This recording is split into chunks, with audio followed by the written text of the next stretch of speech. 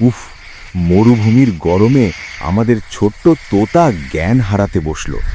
বাবা তোতা ভয়ে একদম পাগল হয়ে গেল। পানির বদলে বাবা খুঁজে পেল এক রহস্যময় নীল বীজ। এটি ছিল 1000 বছরের পুরনো ফ্রস্ট সিড। বাবা বীজটি মাটিতে পুঁততেই ঘটল এক জাদুকরী ঘটনা। গরম বালি মুহূর্তের মধ্যে নীল বরফে পরিণত হতে শুরু করল, আর মাটি ফুঁড়ে উঠল এক বিশাল হীরের মতো চকচকে ক্রিস্টাল ট্রি। বাপ বেটা মিলে সেই গাছের জাদুকরী বরফ দিয়ে বানিয়ে ফেলল ডিজনিল্যান্ডের মতো এক বিশাল আইস ক্যাসেল। দেখো দেখো, ছোট্ট ছানাটি কেমন আনন্দের সাথে বরফের স্লাইড দিয়ে স্লিপ খাচ্ছে।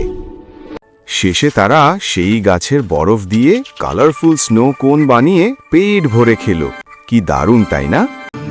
বন্ধুরা, তোমরা যারা আইসক্রিম লাভার তারা জলদি লাইক দিয়ে সাবস্ক্রাইব করো আর কমেন্টে জানাও তোমার প্রিয় ফ্লেভার কোনটি, চকলেট নাকি ভ্যানিলা।